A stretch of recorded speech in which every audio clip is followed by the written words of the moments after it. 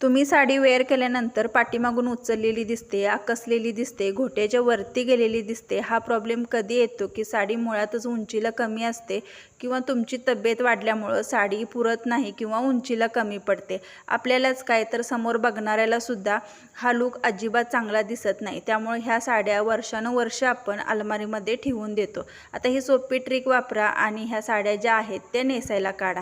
आता साडीच्या मॅचिंगचा फॉल आहे तो घ्यायचा, परफेक्ट असा मॅचिंग करून घ्यायचा आणि साडीची सुलट साईड घ्यायची आहे. पेटिकोटमध्ये खोचत्याला भाग घ्यायचा, त्या साईडला अर्धा इंच मार्जिन पकडत डबल फोल्ड फॉल केलेला आहे तो जोडत घ्यायचा. आता वरून दाबटीप घ्यायची आणि दाबटीप घेतल्यानंतर काय होतं की साडी एकसारखी दिसते, आपली अजिबात वेगळी काही दिसत नाही. आणि हा जोडलेला भाग आहे तो पेटिकोटमध्ये खोचला जातो आणि छान अशी साडीची उंची वाढते. त्यामुळे सुंदर साडीचा लूक दिसतो. कशी वाटली सोपी ट्रिक नक्की सांगा.